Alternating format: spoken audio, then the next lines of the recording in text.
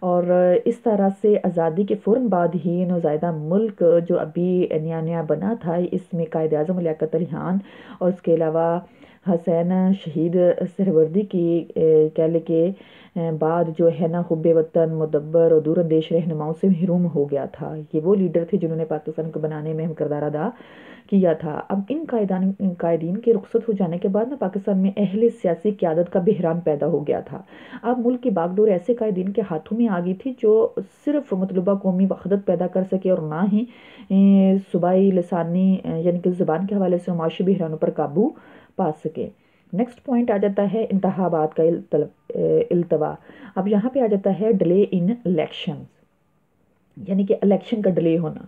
اب قیام پاکستان کے پہلے 11 سالوں میں جو ہے نا آپ کہہ لیں کہ عام انتخابات نہ کرائے گئے تھے، صرف صوبوں میں باری باری انتخابات کرایا گیا تھا، اور پاس ہونے کے بعد توقع کی جا رہی تھی کہ 1 سال کے اندر اندر عام انتخابات منعقد ہو جائیں گے، لیکن ایسا نہ ہو سکا تھا۔ یعنی کہ 1956 کا دستور منظور ہونے کے بعد یہ توقع کی جا رہی تھی۔ پھر نیکسٹ آ رہا ہے کہ نوکر شاہی کا کردار۔ اب دیکھیں پاکستان کے قیام کے بعد نا ملک میں جمہوریت کا ناکام کرنے میں بیوروکریسی نے بھی اہم کردار ادا کیا۔ جمہوریت کیا ہے؟ جو لوگوں کی مرضی سے بنائی جانے والی حکومت ہوتی ہے، وہ جمہوری سسٹم ہوتا ہے۔ اب گورنر جنرل غلام محمد سکندر مرزا اور چودھری محمد علی کا تعلق بھی سول سروسز سے تھا۔ اب مجموعی طور پر نوکرشاہی نے غیر ذمہ دارانہ رویے کا مظاہرہ کیا، اور پھر حقیقت یہ تھی کہ سول سروسز میں جو لوگ زیادہ بااثر تھے، ان کے دلوں میں اقتدار کی اتنی ہوس نے جنم لے لیا کہ اس صورتحال سے ماشاء اللہ کا راستہ ہموار ہو گیا۔ نوکرشاہی مطلب کہ رول آف بیوروکریسی۔ پھر آ جاتا ہے پارلیمانی نظام کے ناکامی۔